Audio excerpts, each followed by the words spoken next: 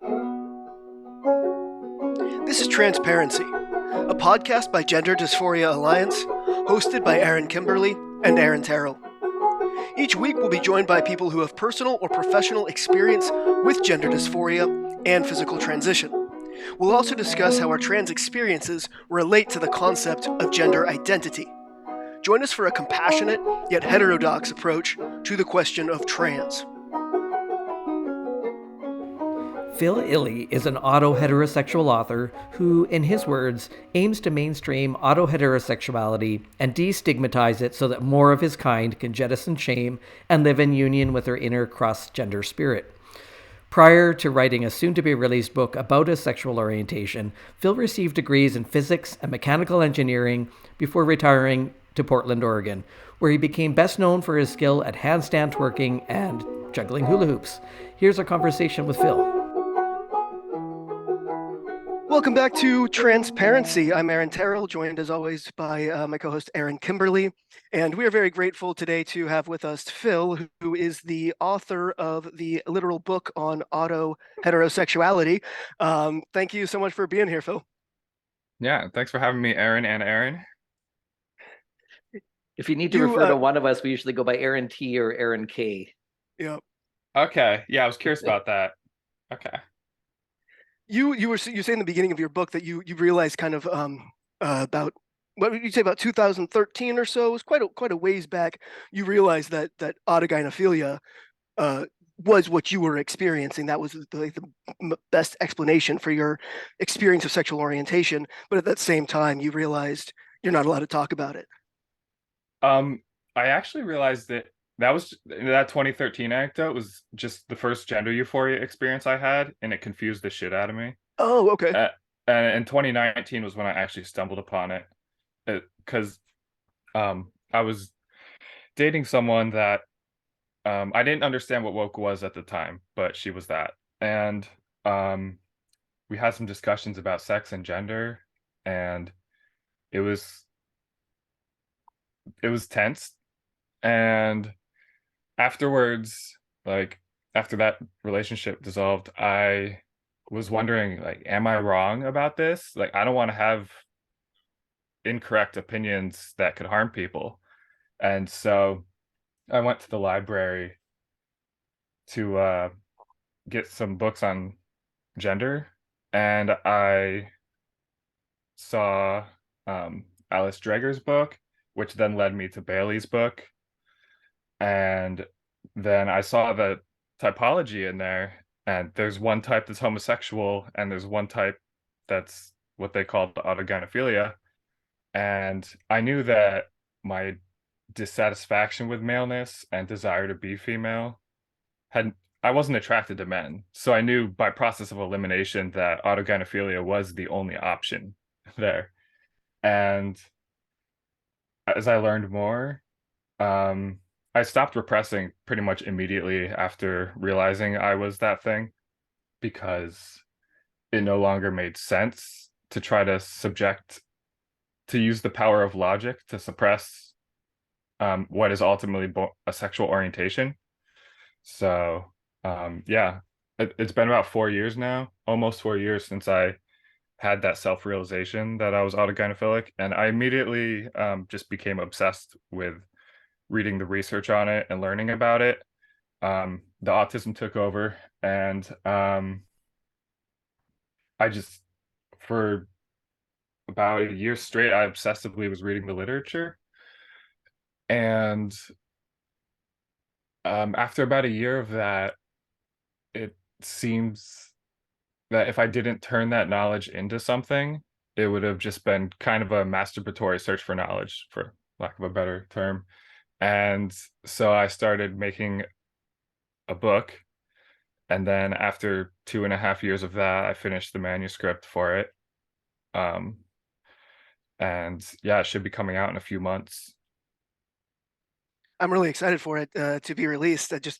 I think I've read most of it at this point, and one thing that really stands out that's really long overdue is how it neither glorifies nor stigmatizes, but it's also very just like the sexual the sex research does as well, but it's not approachable. Whereas yours is very easily digestible, readable, but it's not.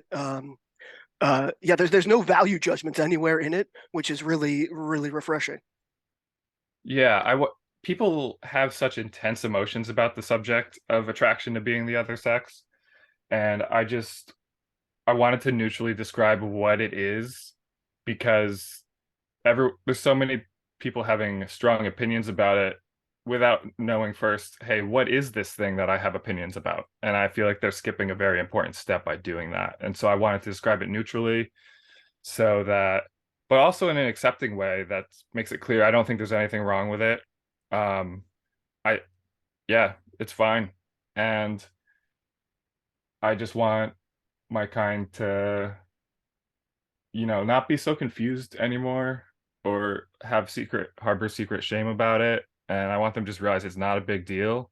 And that if they do want to transition, just that they understand the ultimate reason why they want it, even if the more proximal reasons, such as I'm suffering, are what they think is driving them. I think it's important that they understand why it's happening so that it can give more fully informed consent to the process of gender transition. Mm-hmm.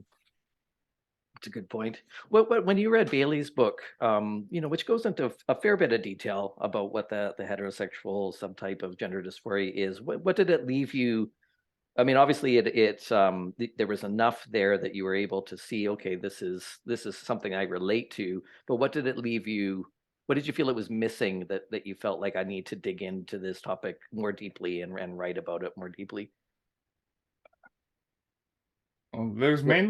It only gets brought up in the last third of the book, and there's only one chapter, if I can recall, that's explicitly about autogynephilia only.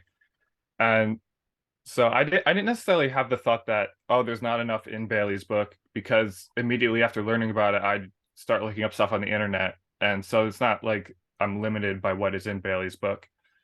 And yeah, and I know like people have criticized him for maybe talking about it in a crass way, but considering the time it was published and you know his age and considering the culture he grew up in, it kind of seems like almost normal for that time. So it doesn't seem especially egregious. Um yeah, I just wanted to mention that because I see a lot of Bailey haters out there, and I don't personally feel animosity towards him. I'm glad he's put effort into talking about this and researching it. Um, but once I read Bailey's book, I then um, went online, and Kay Brown's blog was one of the first things that I read. I read basically all of that.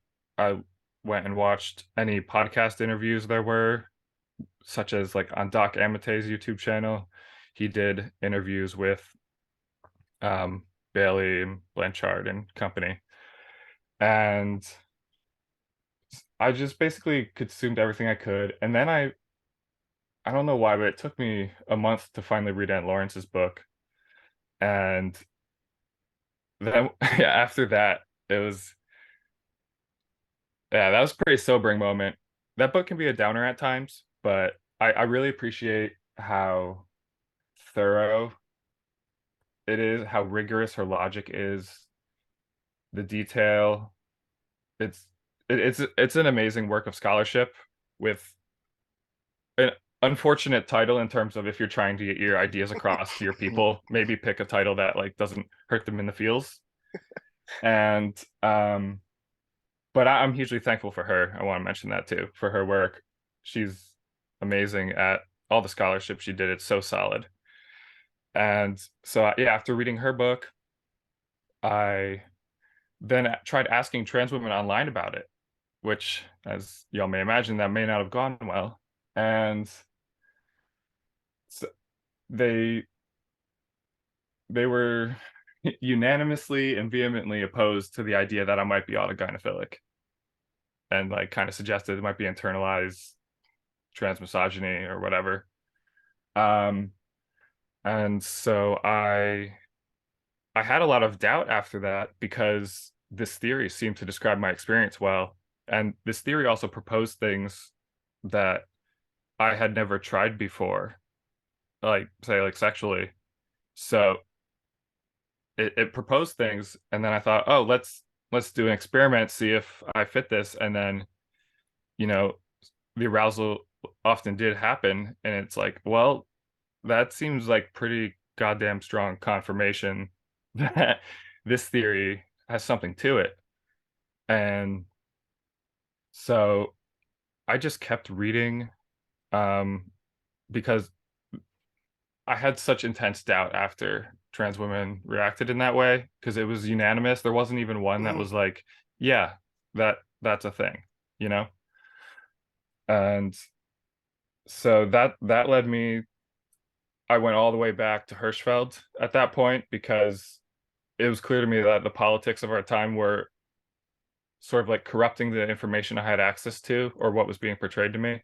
So I went back to Hirschfeld's book to see what he was describing from back then, because back then they didn't have widespread ideas about transness, and a lot of the people in his book hadn't even met someone else like themselves. They thought they were the only one. And when I read that book and it accorded with what the theory of autogynephilia said, I concluded that I had clearly been lied to by trans women, and it was driven by shame and a need to protect a certain self-image of themselves. And it bothered me that I'd been lied to, and I kind of didn't want that to happen to anyone else again. Yeah. And Yeah. so It's hard to know where the original lie was. I mean, how many of those trans women were also lied to?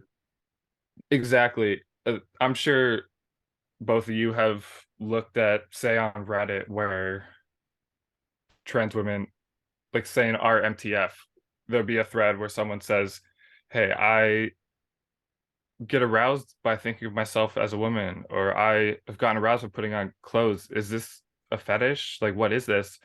And then the consensus in the response, the mental gymnastics, the consensus in the response is always something along the lines of, it it's possible if something makes you really happy for that to lead to arousal, because feelings are a sort of like physiologic body arousal, and like sometimes that can also lead to sexual arousal, but it doesn't mean that you're not trans.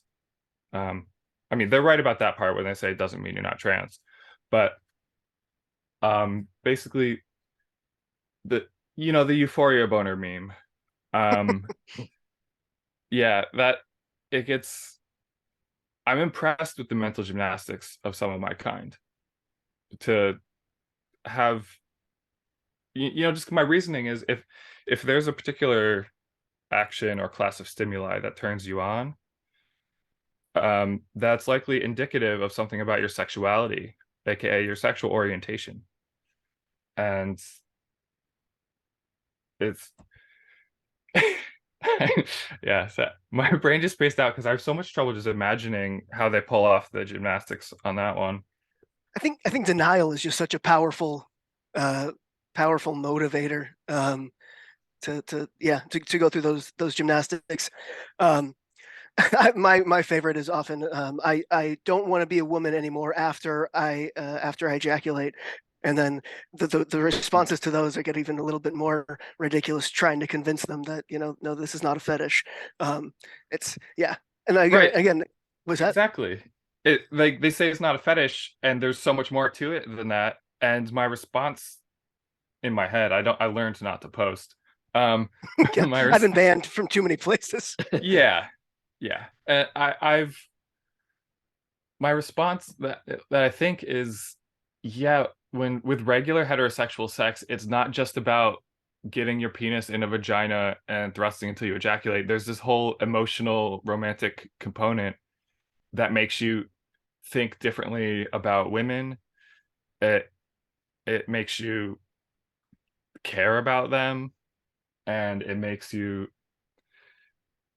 think differently of them, and it just, the romantic component to sexuality is so vast and so deeply embedded in our psychology, and I it doesn't make any sense to me why like when trans women say there's so much more to it than sexuality, I'm thinking like, Mhm. yeah, no shit, like that's how sexuality works. But yeah, I don't know. Yeah, it seems like both, like a lot of different sides of the debate, whether it's, trying to degrade trans women because, oh, it's a fetish, and using AGP more as a slur, and trans women denying that they have AGP. I mean, both sides of that seem to have very cartoonish understandings of what AGP Mhm. is, which, I mean, I started there too, right? I mean, when you first learn about it, you start at the surface, and then if you take the time to really try to understand, it opens up into a lot more nuance. And you're right that every sexual orientation isn't just about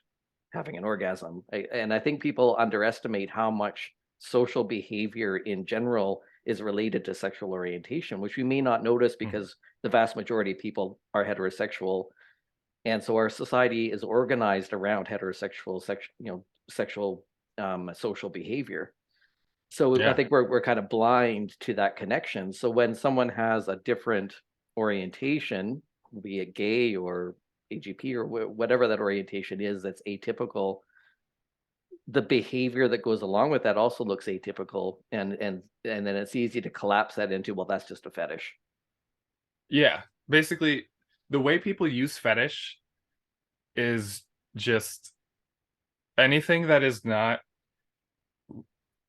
getting your body closer to an adult, a physically mature adult, for some rubbing and then some sex. Like anything that goes beyond that is a fetish.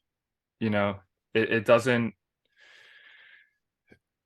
It's that's why you probably notice in the book I don't use the word fetish or kink really, and I mention a couple times that it's unhelpful because it lifts some sexualities over others in a way that kind of is a value judgment and also isn't relevant for the people that have these sexual orientations.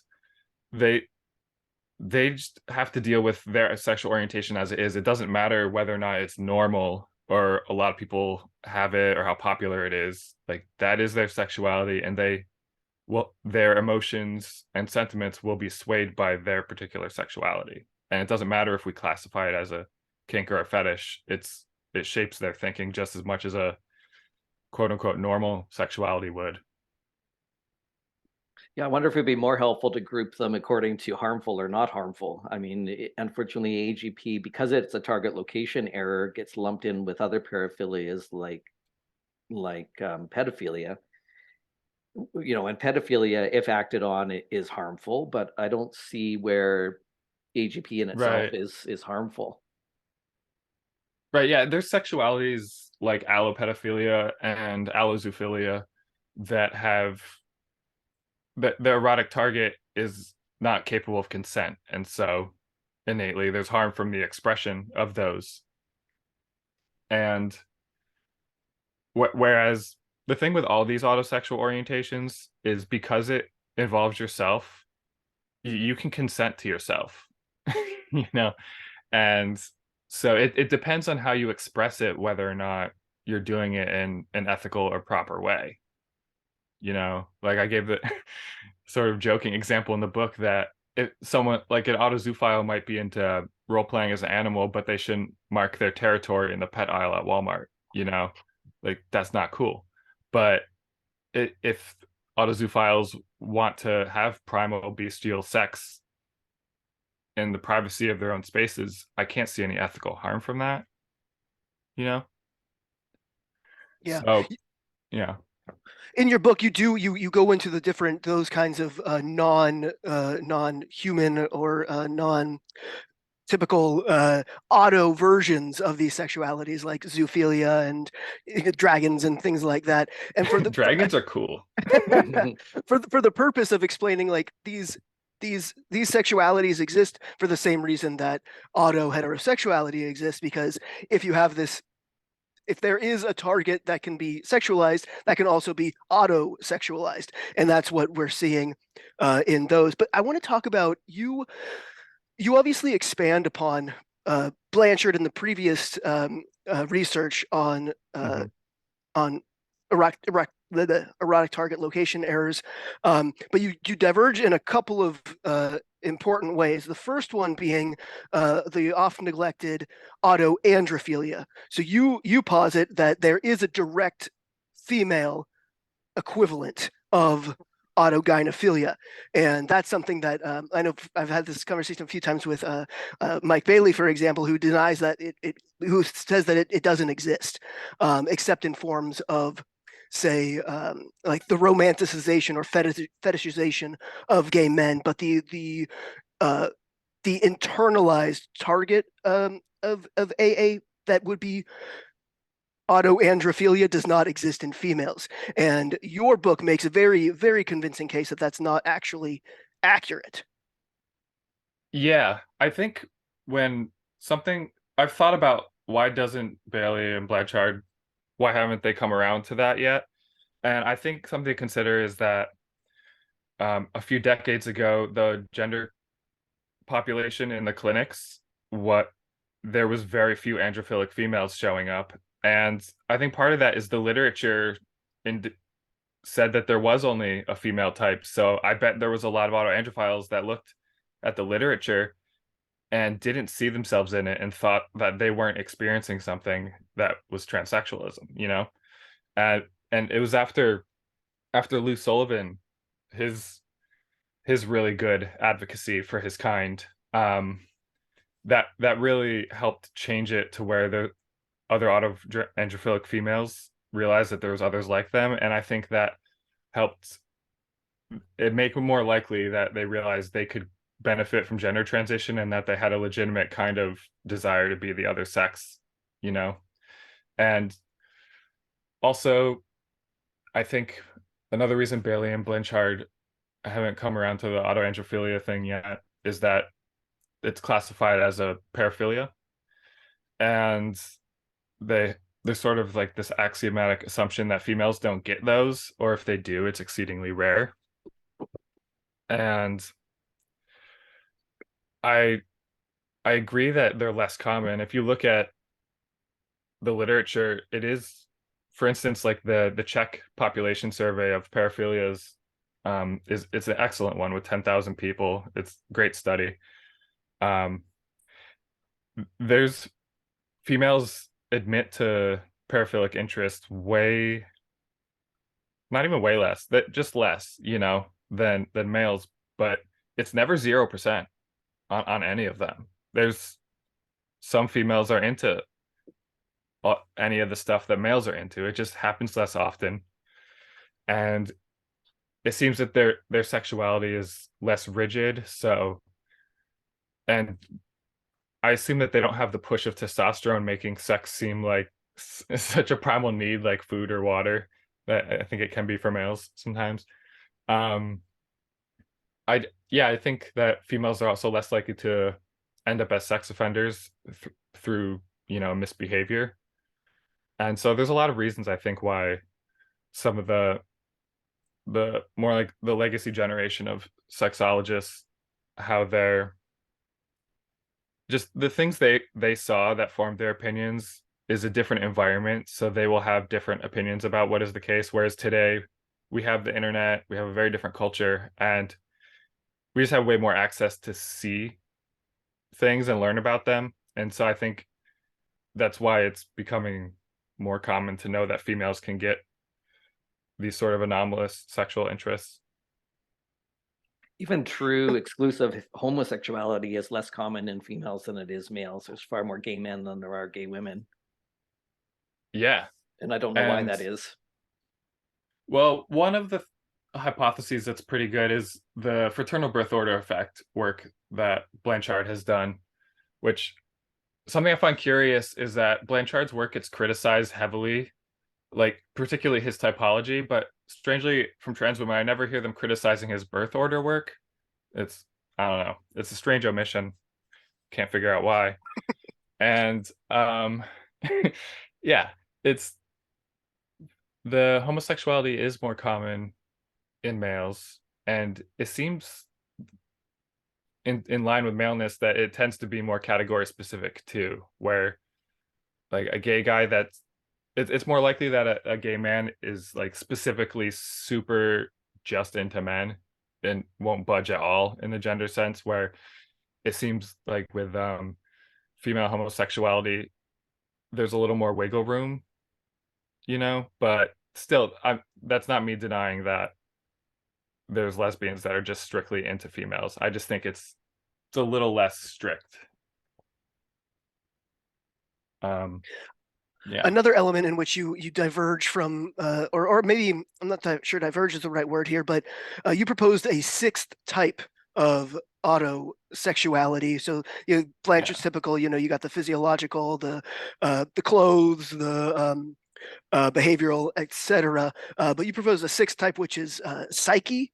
Yeah, I've noticed. It seems to me that there's this, me and another hobbyist sexologist are putting together a thing to look into this right now to see if there's empirical backing for this thing I proposed. Just, yeah, I want to be clear that we haven't empirically verified this category of psyche, autoheterosexuality, but it I came upon that thinking when I had learned about Therians and other kin, and they talk about this concept of mental shifts where they get into an animal mindset, and then, you know, because they're in an animal mindset, the thinking that involves words and stuff goes away, it becomes more primal. They might even start behaving in an animalistic way. And it was sort of like a eureka moment where I realized that this ability to have mental shifts is something that can happen to people with any type of autosexual orientation, because there's plenty of instances in the sexology literature where they describe about transvestites, being in a feminine mindset while dressing, but not during other times. And you can see when sissies talk online how they'll be like in a feminine mindset, but then after they orgasm, all of a sudden the male mindset is just immediately back. So there's this. It seems to me that this mental shift phenomenon happens across these different autosexual orientations, and that when I so that's one piece of what led me to thinking about this. The other part is I was looking at the criteria in the DSM for the gender dysphoria diagnosis, and the last one said something along the lines of that the person feels that they have the typical thoughts or reactions of the other sex, which indicated to me that there's something about thinking, like there's this form of, like, basically this thought of having like male mind or female mind. It's sort of like consciousness embodiment. And once I had that insight, after figuring out what do I name this, I I recall that I had seen that mentioned in um the literature, that people talk about having a mindset that's more like the thing they're trying to be. And it it does seem to me that, there's basically, if you put it like these different subtypes in everyday language, they're about having the body or the bodily functions of something. They're about behaving or dressing like something, or about occupying the social standing of something, or having the mind of something. This mind one is the one I'm proposing. And it does seem to me that this could be, I think that this consciousness embodiment, I suspect that it is that inner sensation that autosexuals talk about, of when they say, oh, I feel like a woman or a man or a dragon or a demon. Like when they say things like that, um, I do believe they're experiencing that feeling. I experience mental shifts, so I know they happen, and I've learned how to induce them over time, and they're nice. Yeah, I like them. And so I know firsthand that it happens, and it also seems to line up. But I came to that conclusion from reading the literature. This didn't come about through an internal gnosis.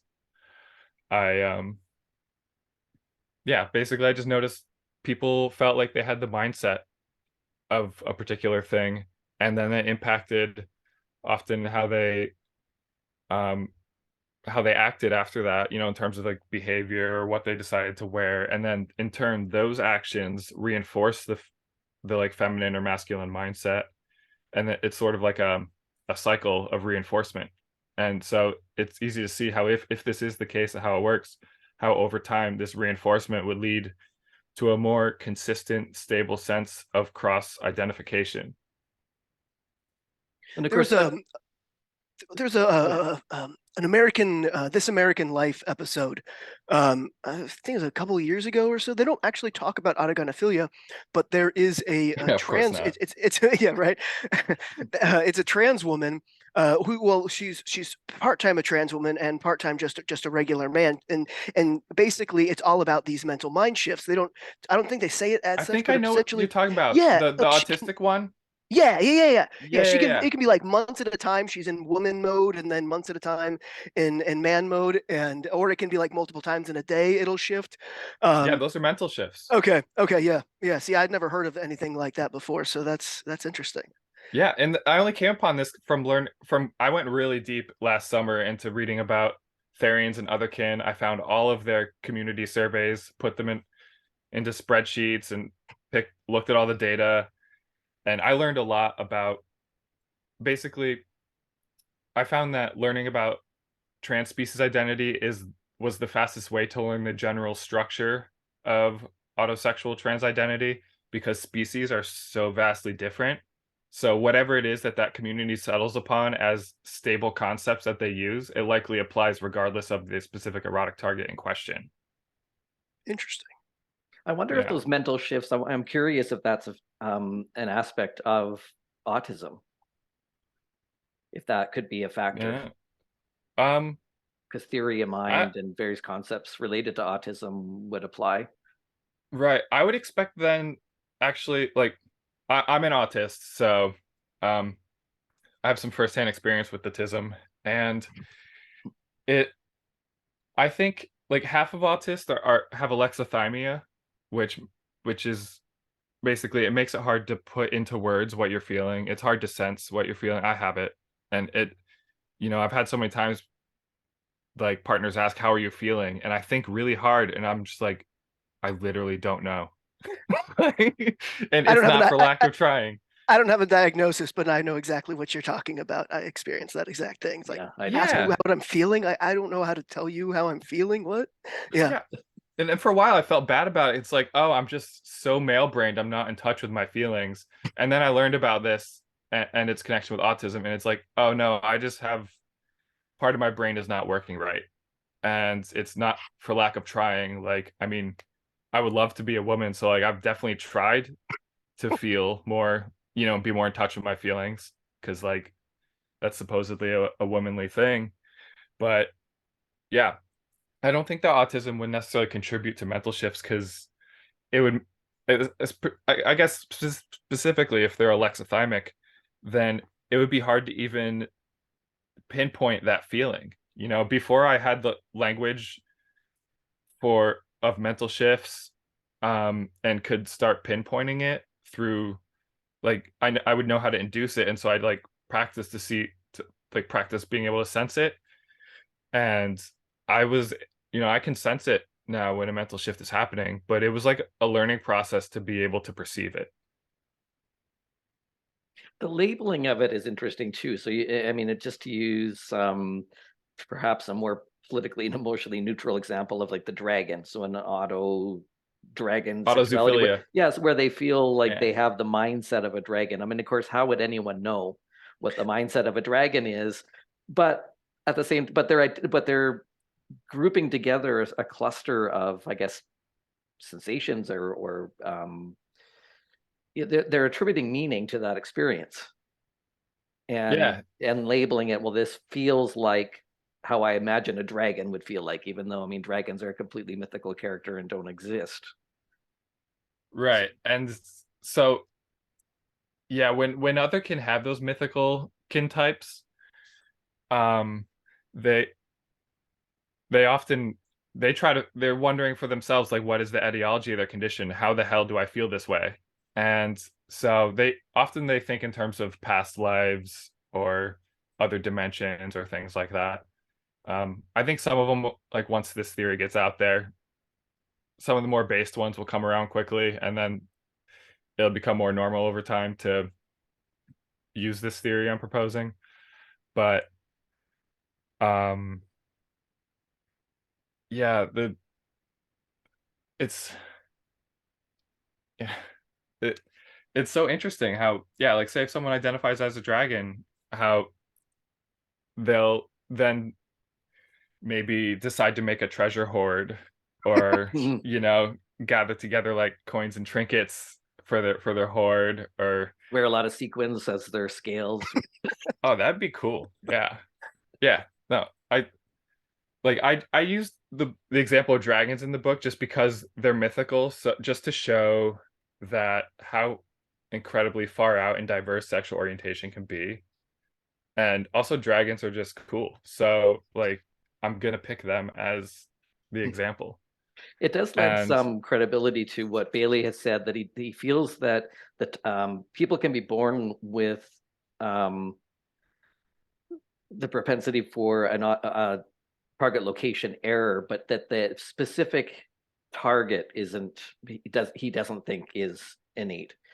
And that makes sense. I mean, if that target could be a dragon, or something that doesn't even exist, right. how could you possibly have an innate inborn target of something that doesn't even exist? But it makes more sense that just the target location area in general is perhaps what's innate about the person.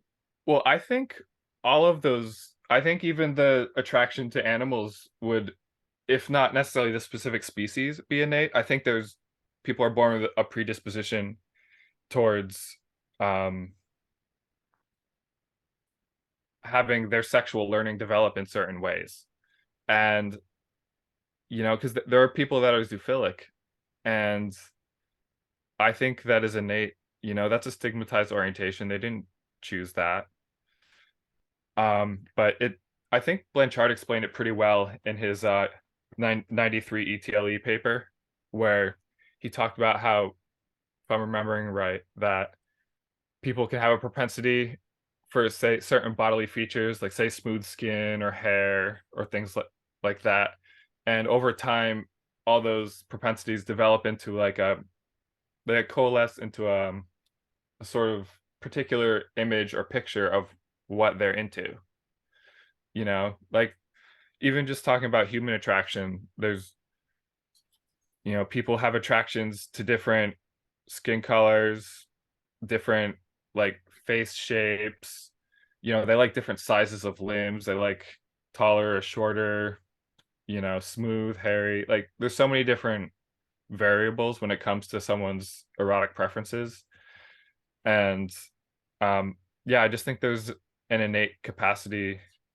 People are born with a predisposition towards liking certain features. And you know you you mentioned that maybe the dragon attraction wouldn't be innate, but if we think evolutionarily, back in the chain, you know uh, basically like each species, it has to have a sexual orientation such that it gets attracted to its own kind. And, and so if you go back, that it seems like mechanistically we would have the structures in our body to be attracted to any particular thing, because fish know that like they want to get with fish. Bears know that they want to get with bears. Reptiles know to get with reptiles. So, and since those are all back in the evolutionary chain, I think we whatever structures it is in our body that lead to orientation, that sometimes something can go awry, and then someone can get attracted to features that don't belong to their species. Which is in a way a perfect definition of a target location error, right? It's that. Well, oh, that's actually something I wanted to mention about that term is that so like there's the erotic target location error theory that um explains these sort of attractions to being. And something I tried to do with my language choices is there's this ideological theory of where these orientations come from. And so I prefer to call them, like, we know for sure that these autosexual orientations exist, right? Like, it's undeniable that they exist. The theory about what causes them is the erotic target location error theory. But so that's like a hypothesis for where they come from. But basically, we know that there's autosexual orientations, and most people have allosexual orientations. But you know, it's the current best explanation for where autosexual orientations come from. And even if the ETLE theory ultimately turns out not to be true, and there's a different reason that these orientations come about, like, the fact is these orientations exist. And there seems to be a very strong correlation. You write about this in the book, and it's something that's been in other literature, and I've observed it just anecdotally in the pools of people around me. But there's a very strong correlation between autosexualities or autoheterosexuality and autism spectrum disorder traits. But you also mentioned that in the book that there's actually also a strong correlation between autism spectrum disorders and the homosexual version of transgenderism, and that part actually surprised Really? me a bit. Oh, did you not? I misread that then. I said I said non-homosexual in Oh, that section. then never mind. I definitely misread it, and it does Yeah. correspond with what I thought. Okay. I would say though for trans men that I would say that since autism is associated with neurological masculinization, and the homosexual ideology of trans men is strongly associated with neurological masculinization, with their orientation, everything, I would expect there to Right. be in homosexual trans men a propensity for autism. I That think so too. Yeah. yeah. I think you're right. And Yeah. so the only group of the four groups of trans people, the only one that I wouldn't expect to be autistic would be the homosexual transsexuals, the males. I wouldn't expect them to, because their orientation is associated with less neurological masculinization, and also if they do have so many gender issues that they have to transition, they likely have some pretty high degree of innate femininity. And so I wouldn't expect them to have it, but I would expect the other three subgroups of trans people to have higher rates of autism, and particularly autosexuals, because I mean, if you look at the word autism, the aut in it comes from autos, which is Greek for self, and that's the same root that in front of autosexual. So it reflects a turn inward with Mhm. your attention and focus. And so it doesn't surprise me at all that that if someone has that turn inward, that it applies not just to their sexuality, but to autism, and to vice versa, that if someone has autism, they'll be more likely to have it turn inward. And something else about autism I want to mention is that it it seems that it independently contributes to gender issues, um, irrespective of the two known etiologies. And I'm not saying that it's likely that people are transitioning just because of autism, but I think it's a pretty uniquely strong contributor, especially in females.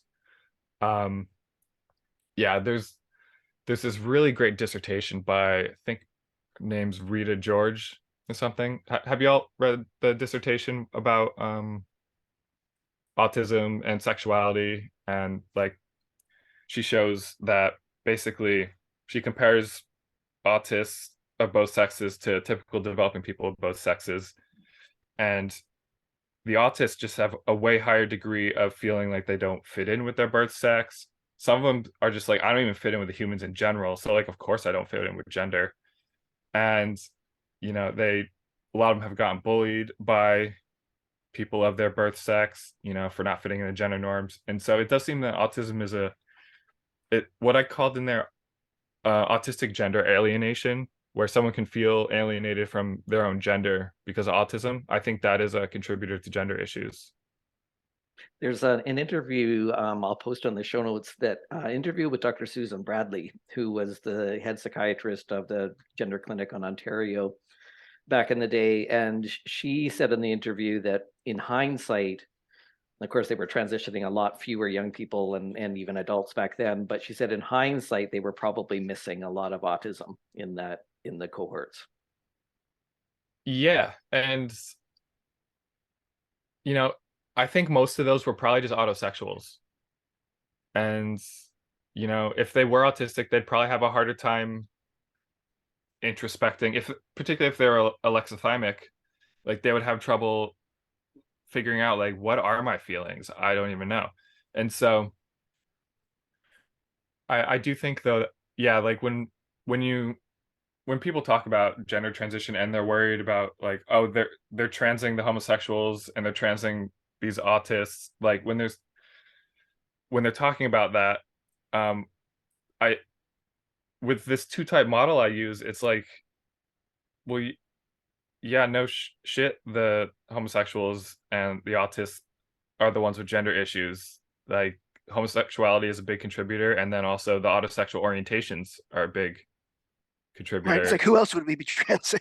Yeah, it's like, what are you expecting to see? Like, it's clear that people just don't have the right model. Yeah. One thing I also wanted to bring up, and this is it's something that I've observed just in talking to people again, and that is, and it's surprising. It surprised me that I noticed the correlation, and you do write about it, but the incidence of autoandrophilia in lesbians.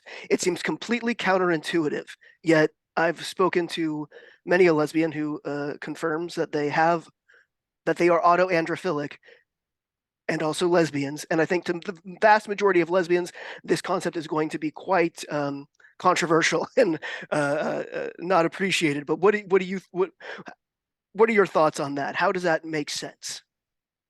Well, the thing, a lot of autoandrophilic females, they don't see the point of eroticism of being with a man. Like, it would literally not be erotic for them to be put in the woman's position. They don't see the point. And so the only partner that makes sense for a lot of autoandrophiles would be a female, because they wouldn't have to be implicitly put in the female role themselves. And also, just in terms of gendered, like the sexual dimorphic psychology stuff, that if someone does have an autosexual orientation, that's like probably associated with some neurological masculinization, which would then, maybe shift someone more towards being gynophilic a little bit too. So that's a contributor. And yeah, that's something that'd be really cool to investigate more. It does seem that lesbians have a higher rate of autoandrophilia than typical females. And like Tail Call did some pretty good research on that on their blog. Who's Survey that? non Tail Called is there. I've early on in my learning process, and even now, I learned they're an expert on autogynephilia and doing research. They do an informal research. You can find it at surveyanon.wordpress.com. And they do some really good investigating a lot of stuff that, that mainstream sexual researchers are not investigating. And they have a really deep, insightful overall knowledge about transgenderism, autosexuality, and gender issues. And they're basically like an unknown expert. I guess I should probably ask them if it's okay to mention them, and maybe you can edit it out if they tell me no. But yeah, they're like an unknown expert, sort of like how, until I'm starting to come on podcast talk about this book, I was an expert on this stuff, but no one knew. There's some informal experts that just people don't know about. And so anyways, Tail Call did some research on investigating autoandrophilia in females.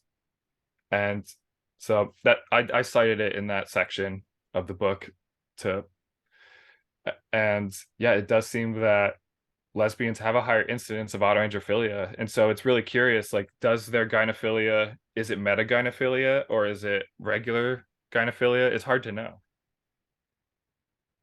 That's the concept of stone butches. It made me think of the stone butch is probably Yeah. meta gynophilic, which would not be Yeah. processed positively in the lesbian community. I will say that. Right, but it makes complete sense that the stone butch, who, if I remember correctly, that's someone that wouldn't want to be touched, right? They just play the sort of role. Right.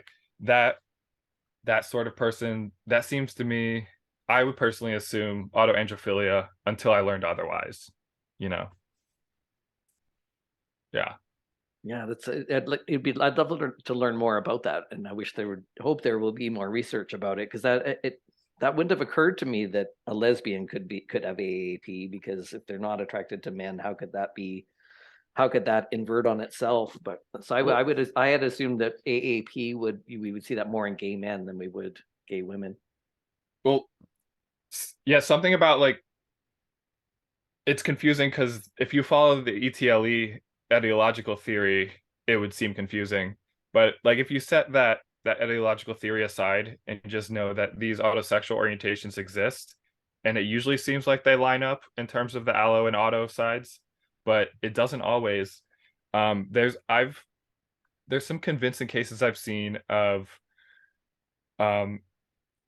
MTFs who are strictly androphilic and also autogynophilic, which, according to the ETLE theory, you would think that's not possible. But I think we should maybe not assume that ideological theory as a given.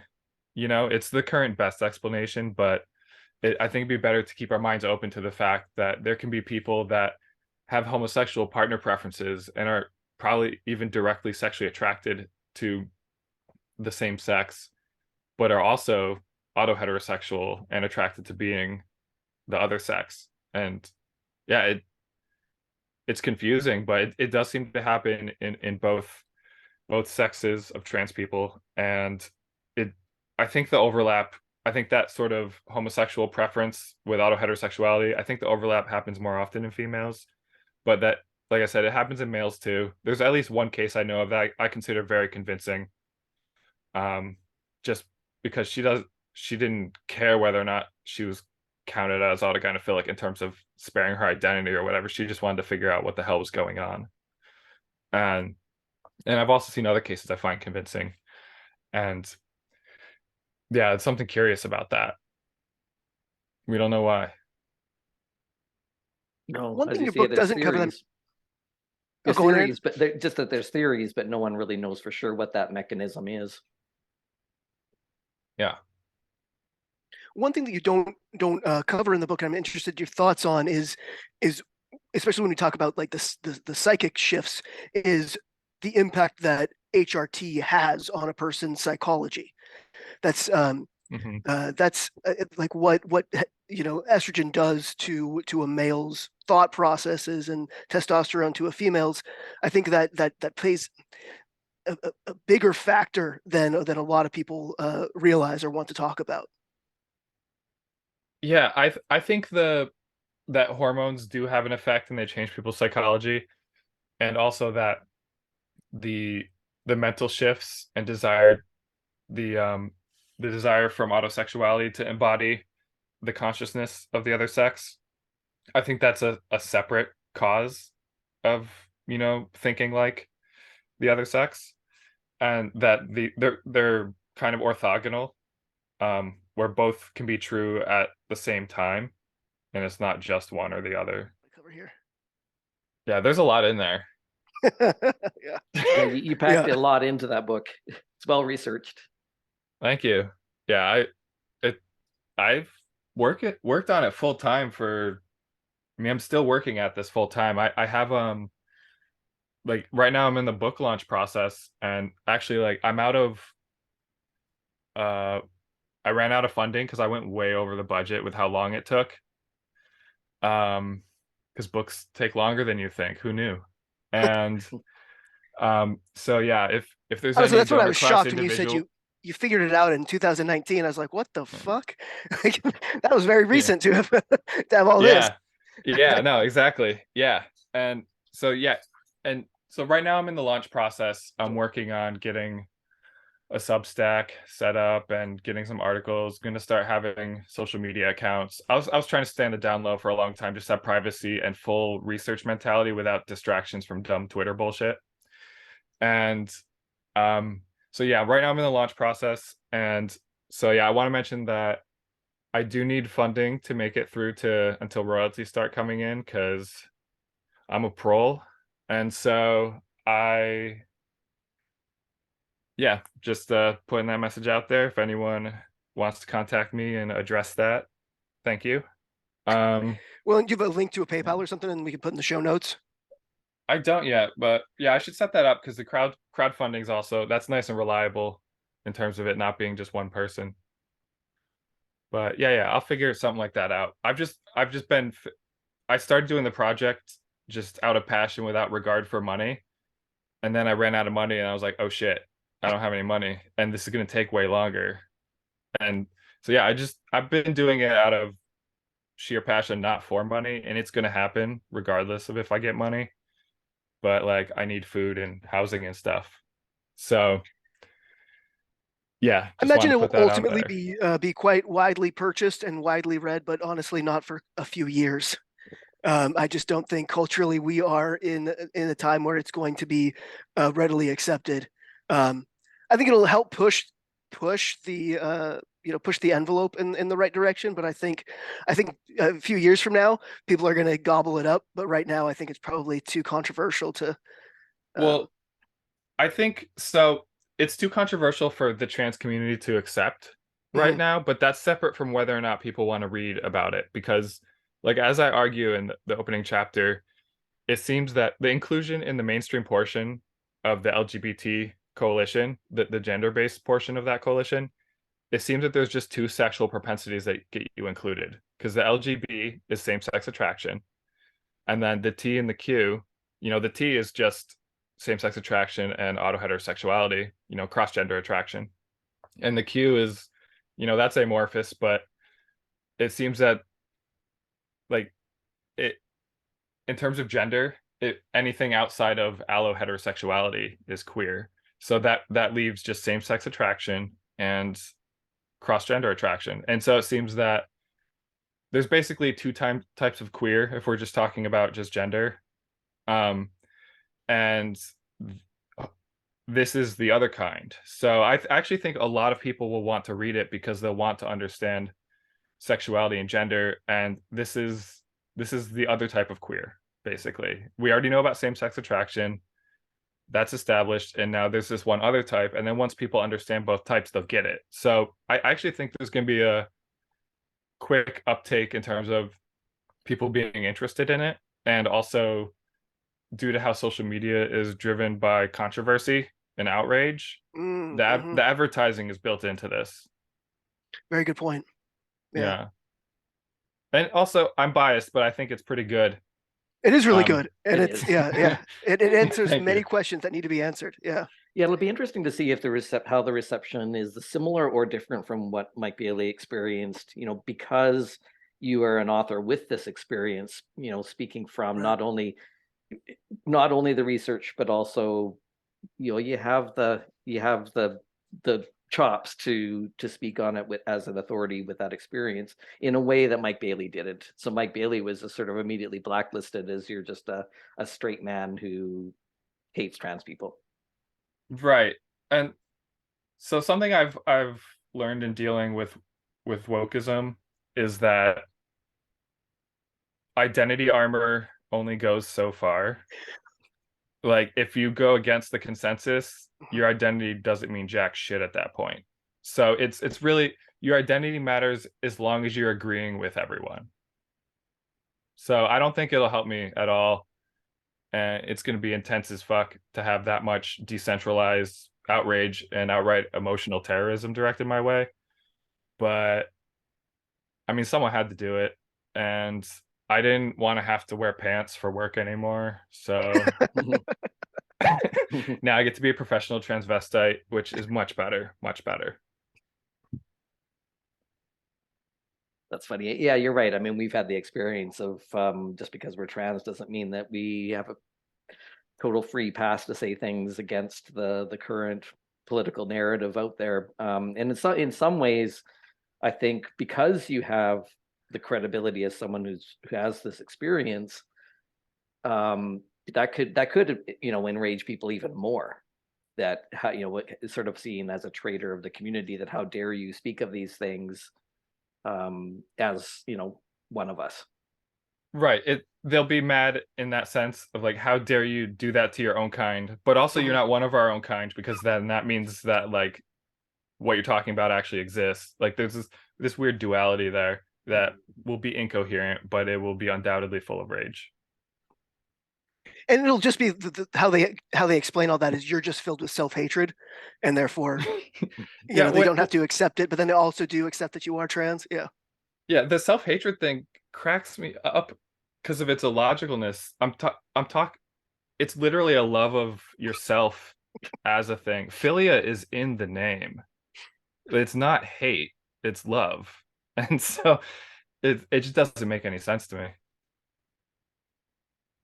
That's what we've been saying too. Like, how is it hateful to speak the truth about your experience, and like I see it as self-acceptance. Even what we're doing with Gender Dysphoria Alliance, trying to be as evidence-based and truthful about our own experiences as possible, is a form of self-acceptance. Hiding behind a political narrative is self-hatred. Yeah, exactly. I find that being honest, that helps so much with self-acceptance. I've talked about this with hundreds of people in real life. And in real life, talking to people, it goes perfectly fine. Once you have a computer separating you, completely different dynamics. Completely different. Because there's you can do moral grandstanding and such at that point. It's similar to road rage too, because there's road rage. You can exactly. you can blow up and flip someone the bird and drive off. There's no accountability. Yeah, once there's that technological interface that mediates human interaction rather than having it be direct, the dynamics are way different, and you just basically can't have compassion for the other person in the same way. With that said, do you think you will tour to promote the book and actually do speaking engagements? I feel like, yeah, people have asked me like, you can do a book tour, and I'm thinking, the publishing industry doesn't work that way anymore.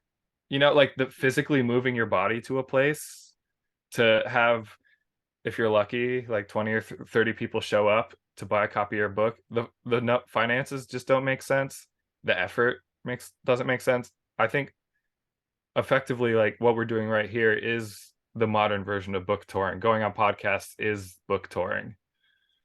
And so in that sense, also safer given the content of the book. Huh? I said also safer given the content of the book. Oh yeah. And the thing is, the content of, yeah, it's more like the reaction to the content. Yeah. It's yeah, it's going to be pretty intense. I've worried about what's going to happen for a couple years. I'm kind of burnt out on worrying, so doesn't happen as much anymore.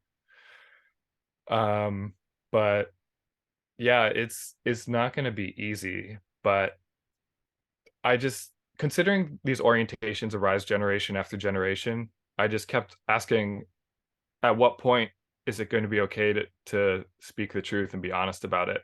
Because there's people transitioning right now and taking hormones and getting surgeries, and they don't know the ultimate reason why. And considering it's an informed consent model for so many of these people, and they're literally not informed, it kind of jeopardizes their ability to consent to the situation. And that bothers me. I don't think that optimizes the well-being of my kind if they don't understand the condition they're trying to treat. I agree with you. Informed consent, implies that we are well informed and that we understand ourselves and our motivations. So, and I'm concerned. I don't even know how many clinicians are being well informed at this point. I mean, if they're receiving training on how to do gender affirming care, they're not being taught about autoheterosexuality or any of that. No, and something I found just I've asked a few people online, hey, did you mention to your doctor or therapist about AGP? And when you did they know about it? And most of them don't mention it, first of all. So the clinicians are not hearing about it. And the ones that do then hear about it, they don't even know about it. And it's like the three that I talked to, like between like a therapist and a couple doctor types, zero of them had heard about autogynephilia. Zero of them. And it thankfully the doctor did diagnose me with transvestic disorder with autogynephilia, because I'm sure that pulled up once typing in that term, which I'm pretty proud of. That's a cool ass diagnosis. And that's all. You can also segue that one into a gender dysphoria one. So I would like to encourage my fellow AGPs out there to get diagnosed with transvestic disorder, with autogynephilia as the specifier. And yeah, basically the clinicians don't these are two fundamentally different conditions they're trying to treat. Mhm. And the clinicians don't know that. They don't, it seems like they don't care, which is, I don't know. It kind of boggles my mind. Like they're kind of dropping the ball on their job of being knowledgeable and trying to have the best outcome for the patient.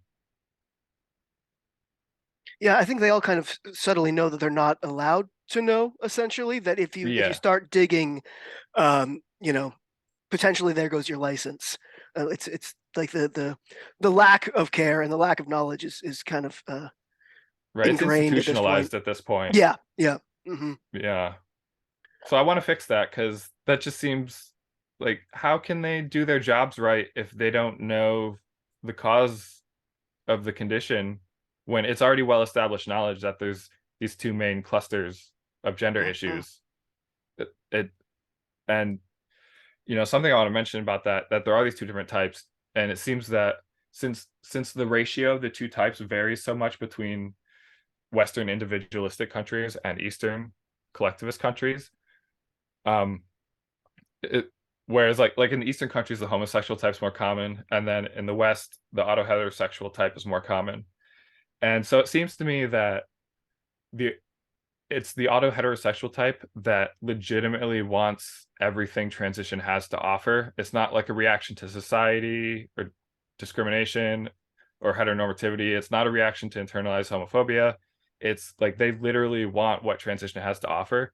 And so if the point of transition is to help trans people themselves, then I think it is good that most of the people transitioning are of autoheterosexual ideology, because they get great emotional and spiritual rewards from pursuing such a path for those who want to do it. And it yeah, I'm curious of your guys' thoughts on that, considering we do have more agency to choose to transition here in the West, and most of the people choosing transition seem to be of autoheterosexual ideology. Like, it kind of implies that that's the one that wants it more and will benefit from it more, on average. I know both types can benefit, but I'm just saying, like, on average. I was thinking about that earlier while reading your book. It's because the driver is internal and not external, Mhm. and it's not going to it's not going to fluctuate based on your community, your surrounding. It's something that's so internally driven. It seems like that motivation is going to have a greater success rate than than transition for external factors, if that makes sense. Yeah, that's sort of my feeling on it. And so, yeah, I just want to be clear, I'm not against transition for either of the two types. I think that they're both can benefit from transition, both types and both sexes. All four groups can benefit from transition, but that I think it's important for scientists to start measuring these four different groups in their studies and finding out the outcomes for each of these four groups, because they're four different situations. And until we stop merging trans into just one thing called trans, or just two types of trans in terms of two different sexes, like until we start splitting the different groups into the 4 groups and figure out what works best for each group, then I don't think we're going to really fine tune the best way of addressing gender dysphoria. And I think gender dysphoria should also always come with the autism screening, because the correlation is just too strong. And I think some people, once they have that knowledge, I know we've spoken to detransitioners who got an autism diagnosis after transitioning and realized all of my gender issues were due to this autism. Well, Had I known this, I wouldn't have transitioned. Obviously, many others are. But going like, to what say, if they were autosexual? Like, that's my guess. Right. Whenever autism, probably autosexual. Mm-hmm. If they cross the line into transitioning, probably autosexuality was behind it, and a lot of times they won't mention that because of the whole shame thing. Right. You know, and I think so a lot of those people are often female as well, and I think even identifying it as autosexuality is much more gray than for a male to identify autosexuality, is my feeling as well. And it's usually that where I get that if I had known I had autism, I wouldn't have transitioned. It seems to be primarily from females than right, male. and it does seem that autism in females seems to be a particularly strong contributor to gender issues. Mm-hmm. Like, particularly because they'll have a stronger sense of gender alienation because autism is a little more male-brained in some ways, and so I think they'll feel. I do think that in general, autism contributes to gender issues more strongly in females than in males. You know, if we're just comparing groups of autists of both sexes, like the females are more affected by it on average. But I do think that autosexuality is likely co-occurrent in these people, and they just don't know it. Mm-hmm. I tend to agree, and I think on that we should wrap it up. But we didn't cover autoheterosexual or autoandrophilia as much as I think we could. So I'd love to have you back and kind of go into that into more detail if you'd like. Yeah. That would be a great Awesome. conversation. Yeah. Thanks so for much having me, being here. Aaron Squared. Thank you. Oh, that's a first. I like that. Yeah. Thanks, Phil. Thanks. Yeah. Thanks for joining us for this episode of the Transparency Podcast. If you enjoy our content, please help out our algorithm by hitting like or subscribe. If you'd like to make a donation, follow the link to our PayPal account. On behalf of the Gender Dysphoria Alliance, thanks for your support.